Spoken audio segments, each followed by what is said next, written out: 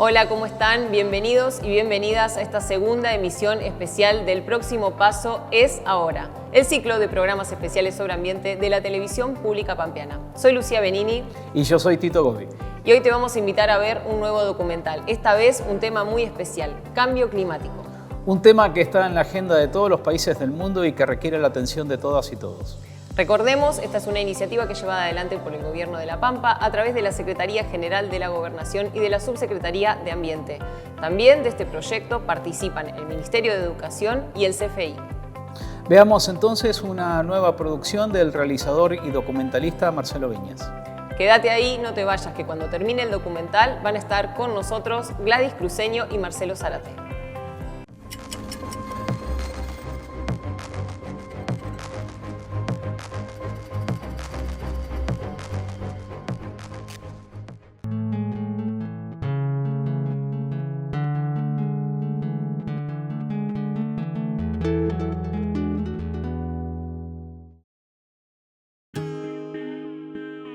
A partir de 1950, dio inicio una época marcada por el concepto de progreso. La agricultura incrementó su productividad, combinando la genética con la química y el uso de máquinas cada vez mayores. La población mundial comenzó a crecer de manera vertiginosa y fue aumentando la tendencia a concentrarse en las ciudades. La industria experimentó una expansión sin precedentes, conquistando mercados globalizados. La extracción y consumo de petróleo se duplicaron cada 15 años en una febril carrera ascendente. Mientras tanto, las tierras, las montañas, los ríos fueron modificados y sobreexplotados sin límite ni control para sostener el crecimiento humano. Pero el progreso de una generación puede significar la ruina de las siguientes.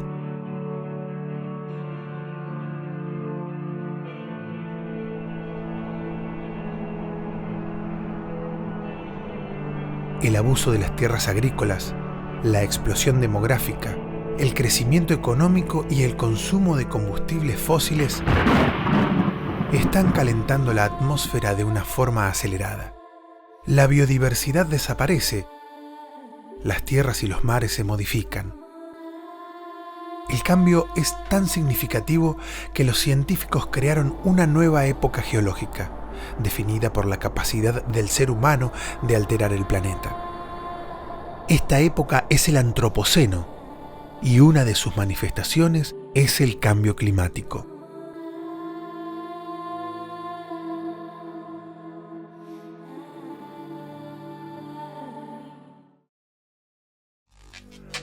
El clima del planeta fue evolucionando a lo largo de millones de años y tuvo grandes fluctuaciones en el pasado.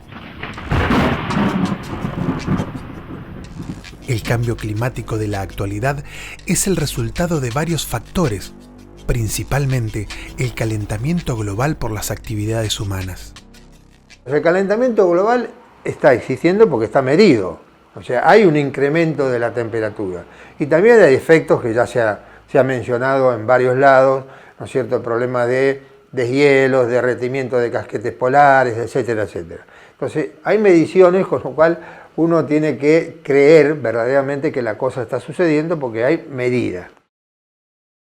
La atmósfera es un sistema complejo influido por la interacción de muchos elementos, como la temperatura y la composición de los mares, la tierra, los gases y los seres vivos del planeta. Este sistema se mantiene en un estado estacionario y permite que los ecosistemas sean estables durante largos periodos de tiempo. Sin embargo, el aumento en la concentración de dióxido de carbono y otros gases de efecto invernadero está produciendo un aumento de la temperatura media de la atmósfera. En un sistema complejo, el incremento de apenas 2 grados puede significar cambios profundos en el equilibrio del planeta.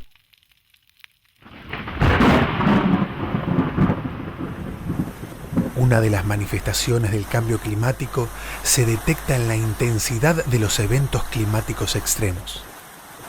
Los extremos pueden ser un aumento de temperatura mucho mayor, lo mismo pasa para un invierno, que pueden tener temperaturas mucho más bajas, puede incrementarse las sequías, o sea, todos esos fenómenos que son normales, si se quiere, dentro de los procesos meteorológicos, se hacen más intensos.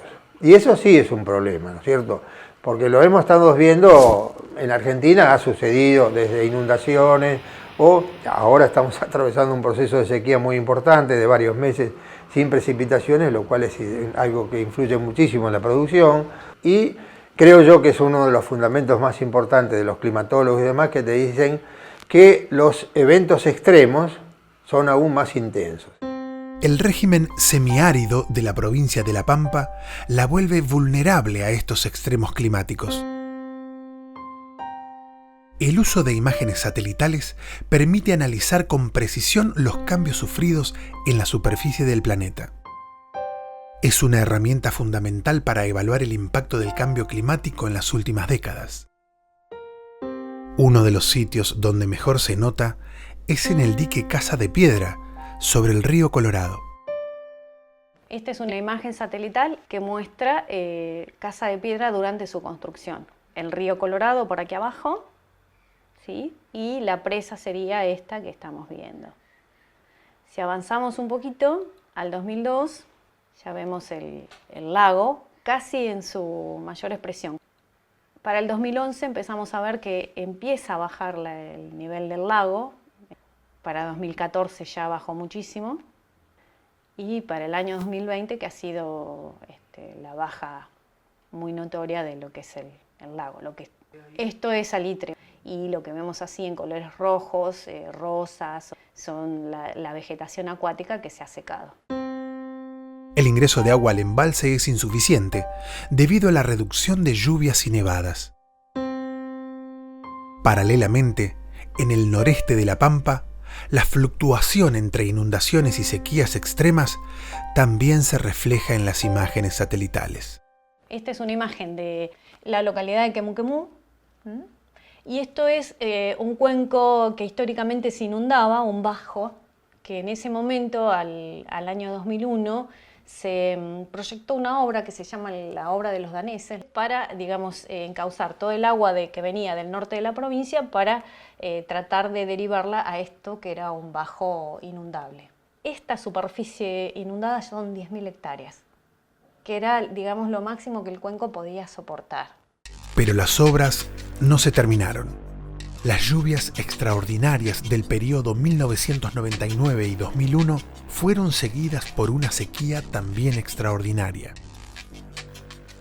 Las lagunas eran mucho más grandes. Para el año 2006 se había resumido casi todo lo que estaba inundado antes. Y si seguimos avanzando en el tiempo, para el año 2011 ese cuenco quedó reducido a esta pequeña lagunita. Las pruebas del cambio climático son hoy irrefutables. Pero este proceso tuvo su origen hace más de 2 siglos, cuando Occidente encendió el motor que pondría en jaque el futuro del planeta. La revolución industrial fue posible por la transformación del calor en energía mecánica. La máquina de vapor convertía la energía liberada por la combustión del carbón en el movimiento de una rueda, y eso cambió para siempre la historia de la tecnología. El sistema de poleas permitió el montaje industrial, y la fuerza animal fue sustituida por una potencia mucho mayor. El vapor movió las industrias, transportó los bienes producidos y significó el inicio del moderno calentamiento global. A la máquina de vapor la siguieron otros tipos de motores. Y al carbón se sumaron el petróleo y el gas natural. Al quemar esos combustibles, se libera el carbono atrapado en la Tierra durante millones de años. El dióxido de carbono resultante se acumula en la atmósfera y los mares, desequilibrando el clima del planeta.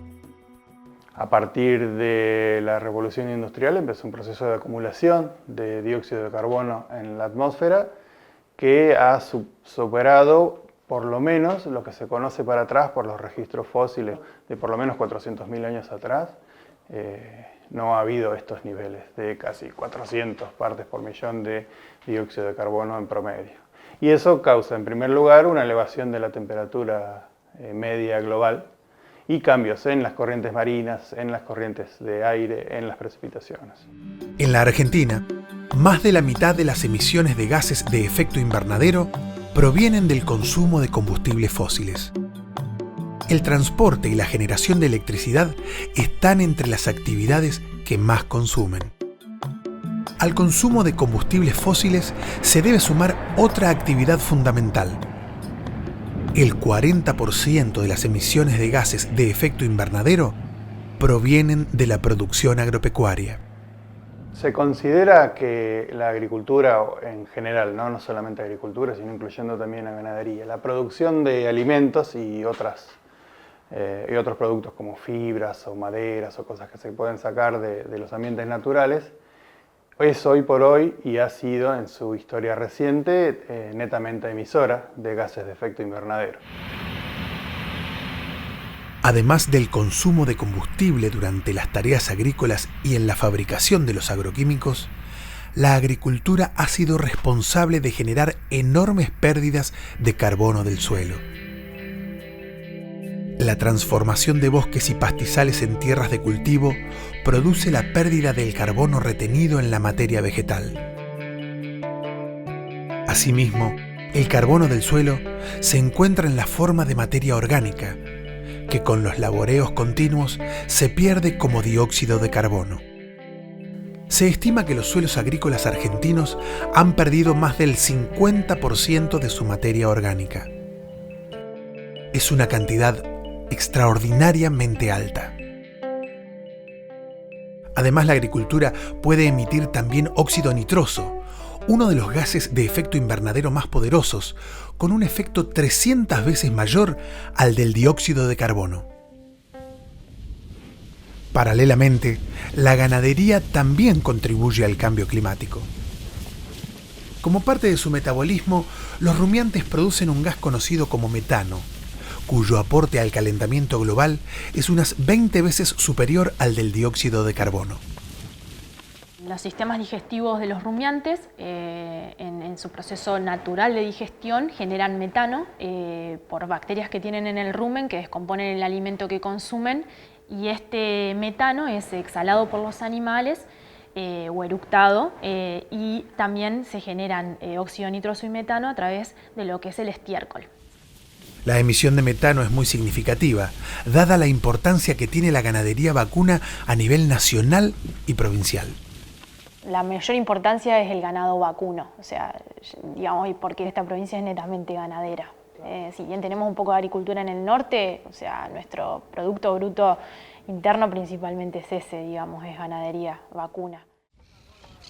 Los vacunos emiten metano cuando se produce carne o leche. Hay formas de reducir la cantidad de emisiones mediante vacunas y aditivos de alto costo. Sin embargo, la manera más eficiente se basa en reducir la cantidad de metano por kilo de carne o litro de leche producido. Mediante una planificación racional puede aumentarse la eficiencia y reducir las emisiones. También puede mejorarse la dieta de los animales. En realidad, los alimentos más fibrosos son aquellos que estimulan más la metanogénesis en rumen. Entonces, cuando mejor es el alimento, más nutritivo y mejor convertido es a nivel digamos, de la digestión y del animal, menos metano produce y más conversión en carne o en leche tiene. Además de la emisión de metano y otros gases, la ganadería genera otro problema que contribuye al cambio climático. El bosque de Caldén se caracteriza por tener grandes árboles dispersos y pastizales.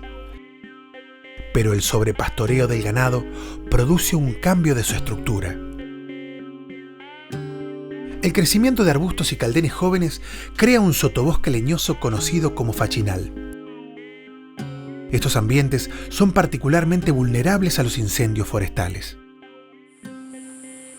En el bosque abierto, los fuegos circulan rápidamente ocasionando poco daño. Pero en el fachinal, con mucho material combustible, los incendios se convierten en una pesadilla. En la Oficina de Defensa Civil de La Pampa se trabaja en la detección y combate de los incendios forestales. Nosotros para lo que es el análisis o detección temprana de incendios y el análisis de incendios o el post-incendio, manejamos mucho lo que es imágenes satelitales de NASA, los puntos de calor que detecta NASA, y después utilizamos las imágenes Sentinel para determinar, finalmente cuál es el área afectada. Los satélites detectan puntos calientes en el territorio. La repetición de estos puntos es una señal inequívoca de fuego. Esto dispara una respuesta inmediata. La mejor forma de combatir un incendio forestal es cuando recién comienza. El análisis de las imágenes permite determinar con precisión la superficie afectada en cada incendio. En los últimos 15 años, la oficina fue registrando todos los incendios ocurridos en la provincia durante la temporada de primavera y verano. Los resultados son sorprendentes. Entre 2006 y 2019, los incendios afectaron casi la totalidad de los bosques de Caldén, poniendo de manifiesto la magnitud de este problema. Algunas temporadas fueron muy graves. Entre 2016 y 2018 se quemaron casi 2 millones de hectáreas, el 15% de la superficie provincial. Cuando el fuego ingresa en bosques cerrados y fachinales, las consecuencias son devastadoras. La leña acumulada hace que los incendios sean muy calientes y destructivos. Estos incendios también favorecen el crecimiento arbustivo. Este fachinal se produjo como resultado de un viejo incendio. Entonces da como consecuencia es una formación muy densa que se transforma esto también en un sistema con alta probabilidad de incendios muy devastadores, porque el combustible que hay es combustible con alto poder calórico, con lo cual para La Pampa es un problema muy grande tener muchas de estas áreas. Los investigadores de la Facultad de Agronomía de la Universidad Nacional de La Pampa analizan los impactos del incendio en los fachinales. En estas situaciones, cuando se produce un incendio, los suelos generalmente son altamente afectados, porque las temperaturas que se alcanzan pueden superar los 500, 600 y hasta 900 grados muchas veces, y la primera capa del suelo es afectada, se muere el banco de semillas, todos los microorganismos. El suelo es el gran reservorio de semillas de un ecosistema.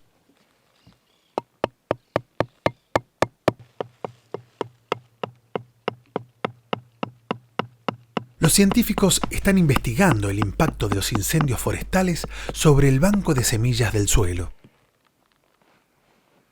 Las muestras se toman en diferentes áreas del bosque para obtener resultados comparativos.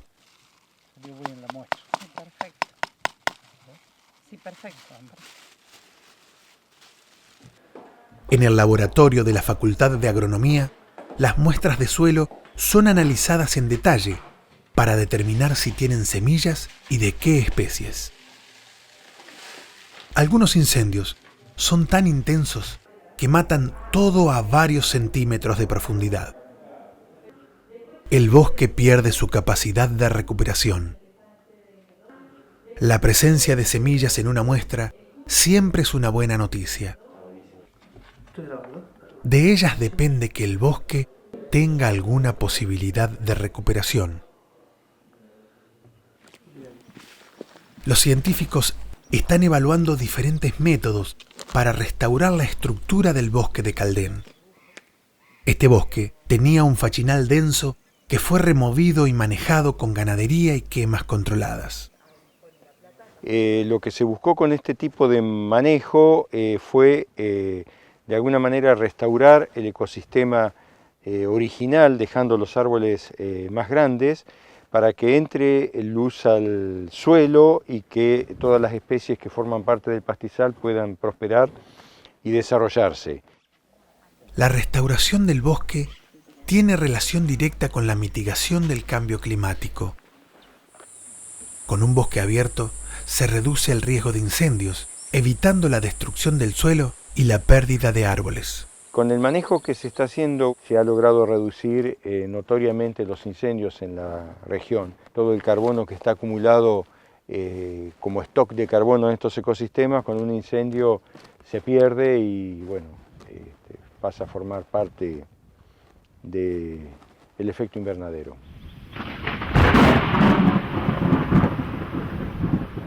El cambio climático ya está en marcha y será más intenso en los próximos años. Hay dos formas principales para enfrentarlo: reducir el uso de combustibles fósiles y reducir la cantidad de dióxido de carbono en la atmósfera. Hay muchas maneras de usar menos combustibles. A escala local, la bicicleta y el transporte público son alternativas al automóvil, y compartir un auto es una alternativa al uso del vehículo por una sola persona.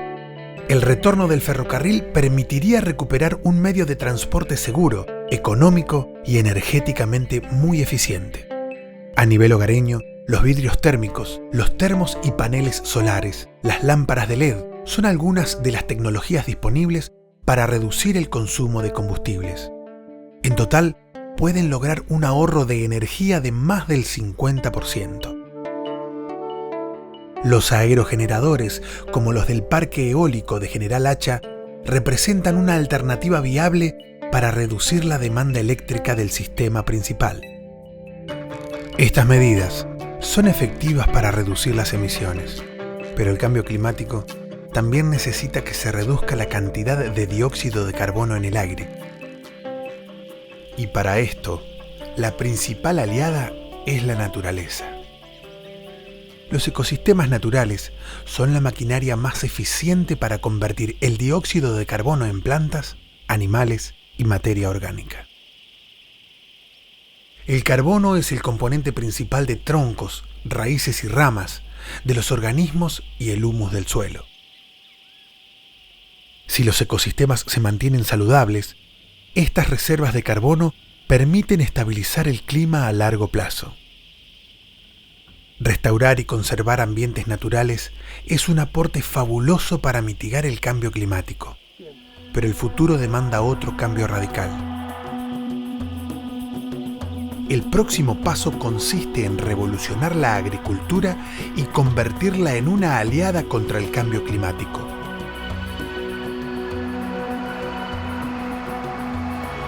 Hasta ahora, la agricultura emite enormes cantidades de gases de efecto invernadero, incrementando el calentamiento global.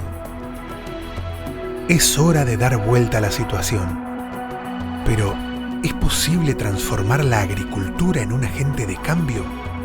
¿Puede la agricultura convertirse en una herramienta para mitigar el calentamiento global?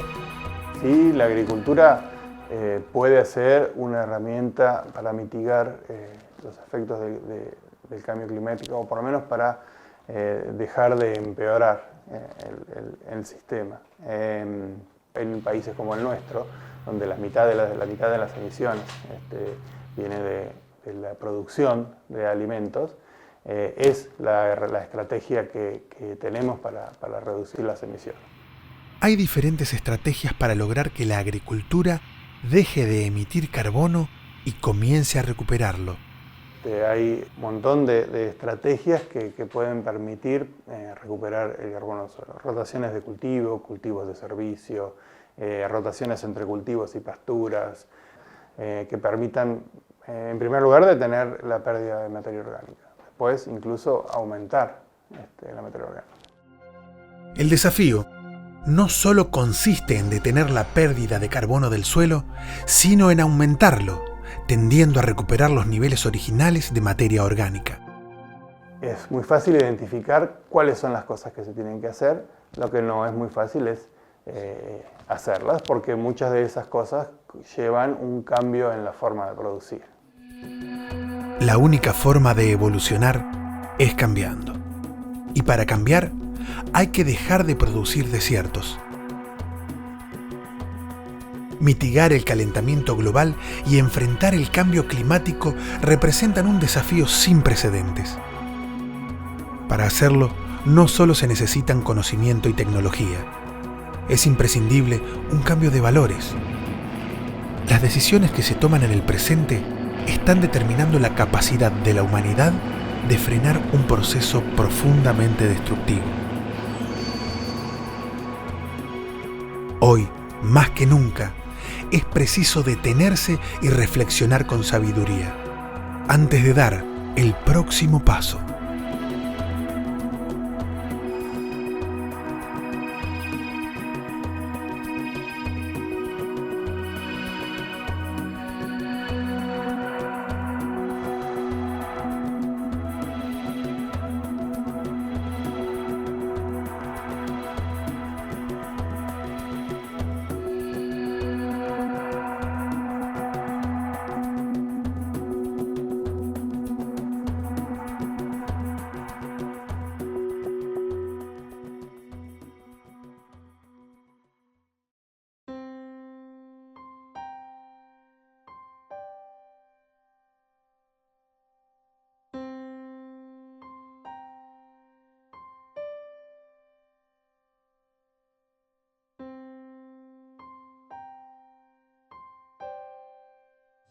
Repensar nuestros valores y decisiones, un desafío sin dudas sin precedentes. De este y otros temas vamos a estar hablando en el próximo bloque. Pero no te vayas, porque cuando volvamos estaremos conversando con la subsecretaria de Educación Técnica Profesional, Gladys Cruceño, y con el investigador y doctor en Ciencias Naturales, Marcelo Zárate. Ya volvemos.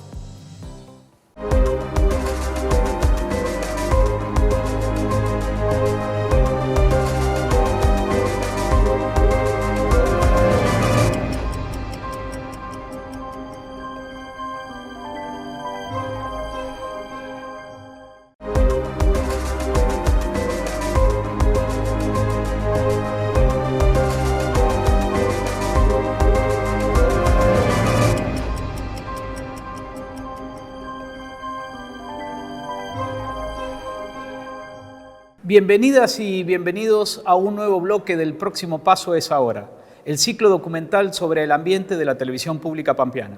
Damos la bienvenida a Gladys Cruceño, subsecretaria de Educación Técnico Profesional del Ministerio de Educación de la provincia de La Pampa, y a Marcelo Zárate, quien es doctor en Ciencias Naturales con orientación en Geología y también investigador del CONICET, ¿verdad? Exacto, sí. Bienvenidos. ¿Cómo están? Muchas gracias a ustedes. Muy bien. Bueno, antes de arrancar con la entrevista, queremos invitarlos a ustedes y también a vos que estás del otro lado de la pantalla a ver el mensaje que nos envió Santiago Azulay, que es el presidente del COFEMA. Lo vemos. Buenos días a todos, a todas, a Sergio Silotto, el gobernador de La Pampa, a Fabián Titarelli, un compañero, un amigo, al equipo que está iniciando esta tarea tan importante de la comunicación audiovisual de estos documentales sobre la temática ambiental, cambio climático, suelos, la problemática de los recursos hídricos que ha sufrido tanto La Pampa y a la cual, por supuesto, nos solidarizamos y acompañamos en esa lucha. Y por supuesto que desde el COFEMA festejamos este tipo de instancias que enriquecen a la sociedad en su conjunto. Al difundir todas estas banderas, las banderas del ambiente, están difundiendo la lucha y los fundamentos de esa lucha para que tengamos un mundo mejor, para que podamos legarle a las generaciones que vienen un mundo más justo, con mayores posibilidades de las que tuvimos nosotros. Un cariño enorme para todos y espero que puedan disfrutar de esta importantísima serie de documentales. Veíamos entonces el video que nos envió el presidente del Consejo Federal de Medio Ambiente, Santiago Azulay, a quien le agradecemos el mensaje y le mandamos un cordial saludo. Nos gustaría, para ir arrancando con las entrevistas, preguntarte, Gladys, particularmente vamos a empezar hablando de educación. ¿Cuál es el sentido que el Ministerio de Educación le otorga a esta iniciativa de los ciclos documentales? Los ciclos documentales para nosotros en todo el ámbito educativo tienen una enorme relevancia desde lo que implica el aprendizaje, sobre todo en este caso, de un adolescente. Porque precisamente cuando un documental resulta motivador, cuando un documental le permite reinterpretar el entorno en que habita, como sucede con este ciclo, realmente es de un alto impacto pedagógico. Lo que vemos y escuchamos influye y perdura más en nuestra memoria que aquello sobre lo que no actuamos directamente. Por lo tanto, todo adolescente que lleve adelante un proyecto en cualquier institución educativa en el que tenga un compromiso social, va a ser mucho más rico, y estos videos me parece que generan esa situación disparadora, porque plantean un entorno en el cual el alumno, la alumna se mueve. No necesariamente aparece como una realidad lejana, sino que es el entorno más cercano que tiene. Por eso mismo es que creemos que tienen un alto valor, además por los recursos didácticos que plantea el ciclo, dado que además de la imagen uno puede ir desplegando a medida que va analizando el video, puede desplegar distintos tipos de propuestas pedagógicas y basadas en torno a conceptos fundamentales en todo lo que implica hoy en día en la escuela la enseñanza de los objetivos de desarrollo sostenible. ¿Cuál crees que es la importancia de trabajar particularmente con un soporte audiovisual? El soporte audiovisual a nosotros lo que nos permite es un ida y vuelta con el propio pensamiento y el pensamiento colectivo dentro de lo que se puede generar en el aula. Eso hace que por distintos motivos nosotros pensemos que el video siempre va a ser mucho más rico que lo solamente hablado o lo solamente dicho en un contexto de lectura, digamos. Sabemos que existe la Ley de Educación Ambiental Integral. ¿Podrías comentarle a las personas que están viendo este programa cuáles son los principales lineamientos? Sí, la Ley 27621 lo que plantea es generar un proceso educativo que de manera un tanto desarticulada se venía dando en las instituciones educativas, pero que ahora está planteada como la educación ambiental como un derecho. Por eso es parte de las políticas públicas. Y se trata de un proceso educativo donde los estudiantes van a poder acceder a ciertos conceptos que son específicos, pero también a conceptos transversales que lo que buscan es generar una conciencia ambiental. En este momento, bueno, la ley se sancionó hace unos pocos meses atrás, se está trabajando a nivel nacional, sobre todo a través del COFEMA, la Estrategia Nacional de Educación Ambiental Integral. En base a esa estrategia, esa planificación estratégica, cada provincia va a poder elaborar su propia estrategia jurisdiccional. Y es ahí donde nosotros podremos ir pensando en articular aquello que se venía dando con intentos aislados en las escuelas por parte de algunos docentes. Al considerarse ahora un derecho, lo mismo que pasó en su momento con la Ley de Educación Sexual Integral, bueno, se pasará con la Ley de Educación Ambiental. Todos los estudiantes tendrán asegurado el derecho a tener educación ambiental en los distintos niveles del sistema. Pero lo bueno es que esta ley también propone para la parte de educación no formal e informal. Propone también un trabajo con las instituciones intermedias y con los medios de comunicación. Particularmente hoy vimos un documental que trata la temática del cambio climático. ¿Esa temática está incluida dentro de la currícula actualmente? Sí, se incluye, pero es lo que yo planteaba recién, de manera un tanto desarticulada cuando el espacio curricular lo permite en sus saberes, pero no quizás con, pensándolo, digamos, de una manera más estructurada y con un impacto social. Lo que nosotros tenemos que lograr en las escuelas es que se genere un compromiso ambiental que genere impacto social. Hay otra ley que es muy importante abordando la educación y el campo educativo, que es la ley Yolanda. ¿Podrías comentarnos cómo surge y también de qué trata? Sí, la ley Yolanda va a tener como objetivo el capacitar a todas las personas que trabajamos en la función pública, más allá de los niveles, de las jerarquías y de los 3 poderes del Estado.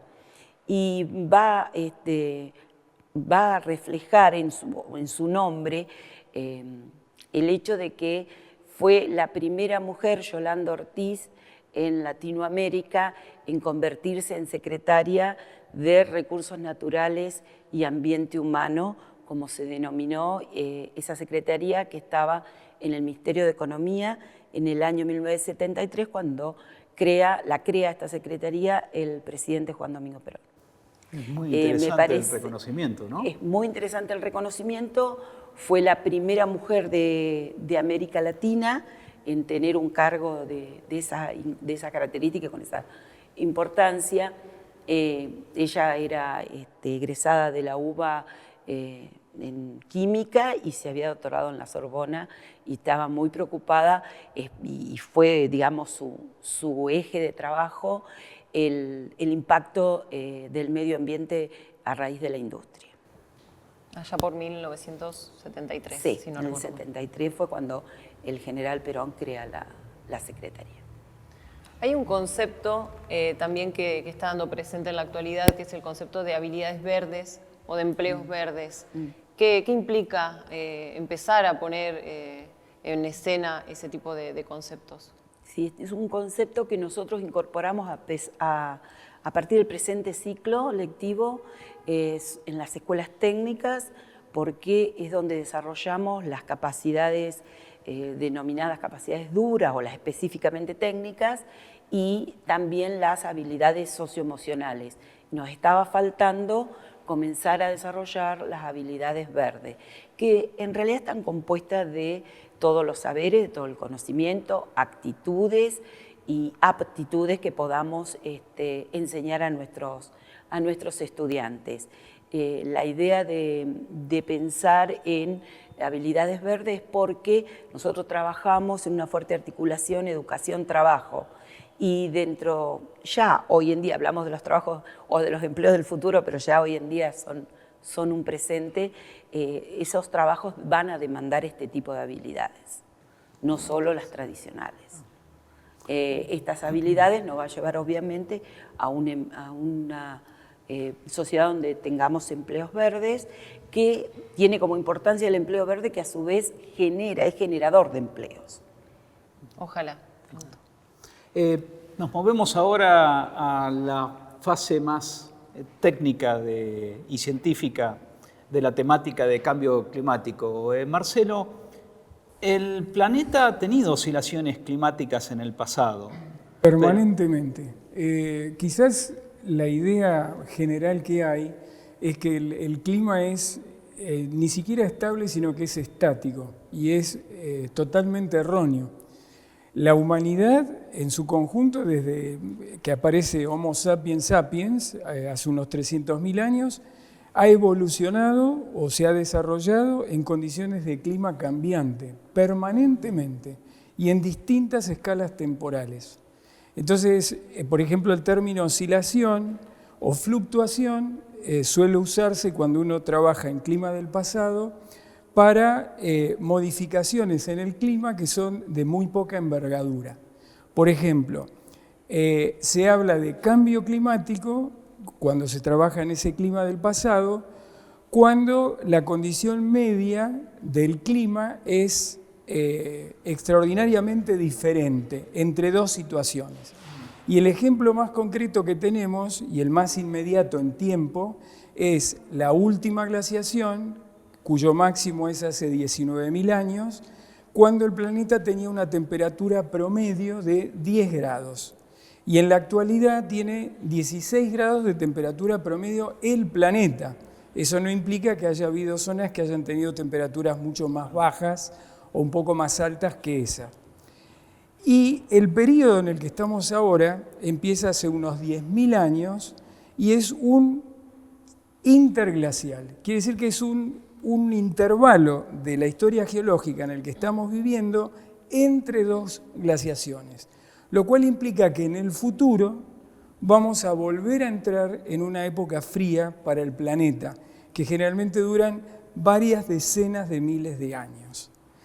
Y no yendo tan atrás en la escala de tiempo geológico, sino de unas centurias, nosotros ya cuando había colonización, digamos, europea, española en particular acá en el siglo XIX, en la Argentina me refiero, en ese momento todavía el planeta tenía una condición de clima, de oscilación, de menores temperaturas, que empiezan a modificarse, empiezan a aumentar hacia fines del siglo XIX.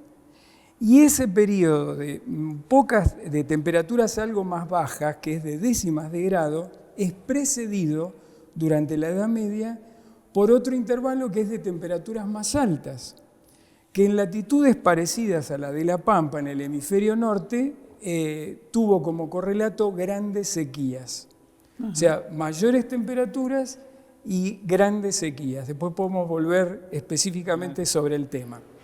Entonces, el punto para mí principal que debe profundizarse es la idea que el clima está permanentemente cambiando. No es que la actual es una situación inédita en la historia del planeta.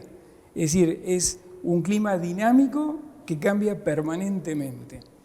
La diferencia es que ahora estamos nosotros, somos más de 7.000 millones de habitantes en el planeta, y nuestras acciones están provocando modificaciones aparentemente de envergadura si las comparamos con varios milenios previos a la situación actual. Ejemplo, vos mencionás esas modificaciones de envergadura. ¿Cuáles son las que podríamos decir más visibles? Y bueno, prácticamente todas. Yo siempre digo lo mismo, cuento, inclusive en las clases, que una vez en un vuelo, mirando por la ventanilla del avión, miraba la superficie toda sembrada con ciudades y digo, si yo tengo que buscar un análogo de una situación parecida en la historia de la Tierra, únicamente el análogo puede ser una catástrofe, o sea, tener toda la superficie modificada en un lapso mínimo. Eso lo puede dar un impacto de un meteorito, lo puede dar una gran erupción volcánica, y nosotros hemos modificado todo prácticamente. Es parte intrínseca de la evolución de la humanidad. Es decir, es así. Leyendo a Harari, este pensador que solemos escucharlo últimamente, claro, puede ser la actual una etapa en la evolución de toda la humanidad, donde están todos los continentes ya ocupados. Inclusive hasta la Antártida, ¿no es cierto? Tenemos bases científicas ahí. Entonces, es una situación, digamos, inédita en ese sentido, porque hace, no sé, 100.000 años éramos 2 o 3 millones en todo el planeta, ahora somos más de 7.000 millones que tenemos que vivir y necesitamos recursos. ¿Cómo se lidia con eso? Y en términos de la experiencia, no es una experiencia, sino de la evidencia geológica y histórica que estás relatando, ¿qué podríamos esperar entonces en términos de cambio climático para nuestra región, por ejemplo, para Sudamérica? Para Sudamérica en particular, o sea, me concentraría en este sector de latitudes medias, que es el que más conozco porque es el que he trabajado, porque, digamos, la realidad de Sudamérica es muy diversa desde el punto de vista ambiental. Pero, digamos, la zona nuestra es una zona realmente de transición, es una zona ecotonal. Y si solamente nos restringimos a los últimos 100 años, vamos a ver también grandes variaciones de decenas de años nada más. Y tenemos, por ejemplo, todo el periodo que podemos llamar de sequía seco de la Pampa, de los años 30 hasta la década del 50, que hubo voladura de campos. Y nosotros hicimos un trabajo con otros colegas y eso es sincrónico con el evento que se da en Estados Unidos en el oeste, que es el que se llama el del Dust Bowl, que produjo exactamente lo mismo que en la zona de La Pampa, voladura de suelos, una gran crisis económica, y ahí se conjugaron dos factores. Una cuestión climática, es una modificación en la circulación atmosférica, con consecuencias hemisféricas, o sea, pasa algo en el hemisferio norte, pero repercute en el hemisferio sur. Y por otro lado, el tipo de agricultura que se practicaba en ese momento con el arado de rejas.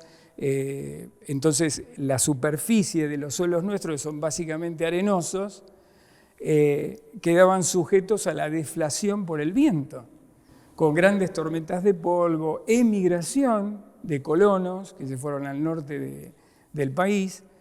Y eso en cierta manera puede ser un poco, yo creo, el análogo de lo que uno de los escenarios podría ocurrir si realmente la temperatura sigue aumentando, porque es un poco lo que estamos teniendo nosotros como evidencia trabajando más en el oeste, en la zona que vos conocés de los bañados del Atuel y del Desaguadero.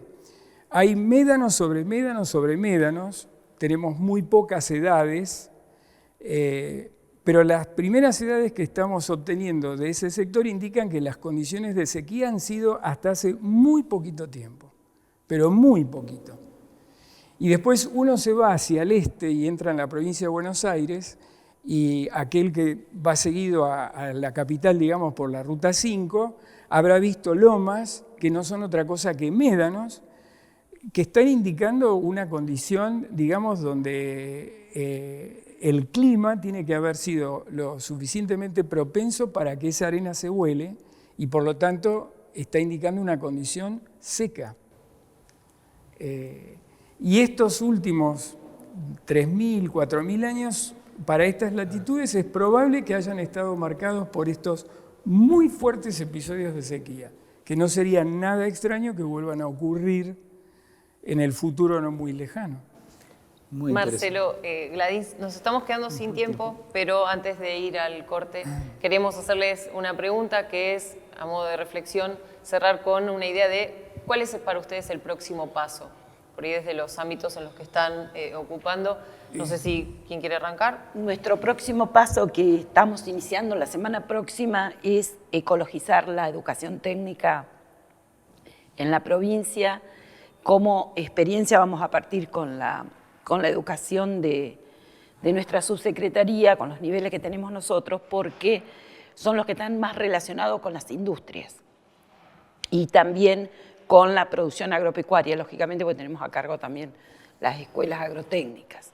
Eso hace, y los centros de formación profesional, lo que hace que empecemos a pensar en una posibilidad concreta de capacitar a los que forman a los jóvenes, para ir transmitiendo esta conciencia ambiental de la que nos habla la Ley de Educación Ambiental Integral. Principalmente la idea es hacer pequeños cambios en las propias instituciones, porque bueno, sabemos que si cada uno de nosotros hace pequeños cambios, podemos llegar a producir algún efecto favorable. Por otro lado, también la idea es comenzar a pensar en las mismas actividades que hoy vienen desarrollando nuestras escuelas técnicas y agrotécnicas, cómo podemos llevarla hacia lo que es el empleo verde cuando el chico egrese, digamos, esas capacidades de las que hablábamos hoy, cómo las vamos a convertir en competencias para acceder a un trabajo verde en una vez que egrese. Bien, gracias. Marcelo. Sí, cortito, ¿no? Cortito. Bueno, en principio yo creo que lo que plantea Gladys es fundamental para todo esto, que tiene que ver con la educación. y sobre todo de las generaciones jóvenes, concientización. Y eso debería ir de la mano de la instrumentación bien concreta de las políticas ambientales. Es decir, hay leyes, deben cumplirse, y de esa manera lograremos morigerar, disminuir todos los efectos adversos que pueden traer estas modificaciones en las condiciones climáticas. Para mí eso es lo fundamental.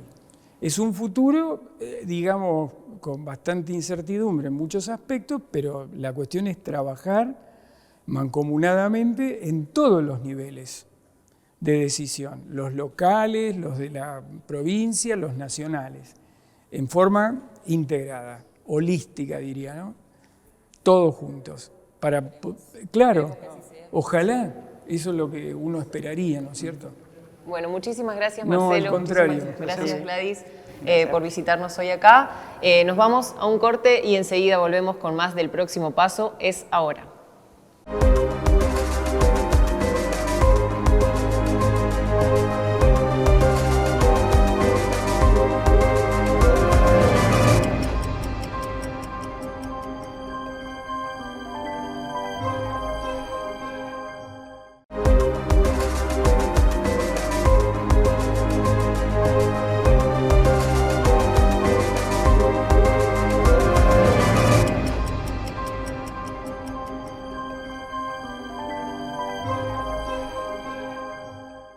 El programa de hoy nos invitó a pensar, sin dudas, en el presente que queremos habitar. Por eso, y como hicimos en el primer episodio, quiero invitar a Tito Gobi a que realice su reflexión personal. Gracias, Lucía. Tal como estabas mencionando, el cambio climático es un fenómeno que está generalizado, que se está acelerando y que se ha intensificado en los últimos tiempos. Los científicos están observando que el clima del planeta está cambiando en todas las regiones y a su vez el sistema climático también se está alterando. Los humanos somos la causa determinante de estas modificaciones. Todas las actividades humanas están impactando en los procesos naturales. Y esto nos lleva a que nos preguntemos cuál es el tipo de mundo que queremos dejarle a nuestros descendientes. Tanto vos, yo, como todos los habitantes del planeta Tierra en este momento, tenemos en nuestras manos el termostato que definirá el clima de nuestros hijos y los hijos de nuestros hijos. El hecho de que estemos observando una situación de cambio climático es un indicio y un síntoma de la mala salud del planeta. Esto es como cuando nosotros nos estamos por enfermar y empezamos a presentar síntomas.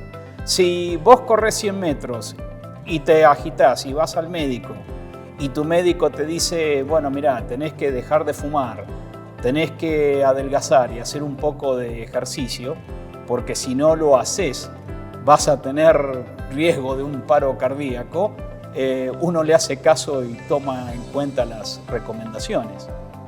En este caso, con el cambio climático es lo mismo, porque prevenir es mejor que curar.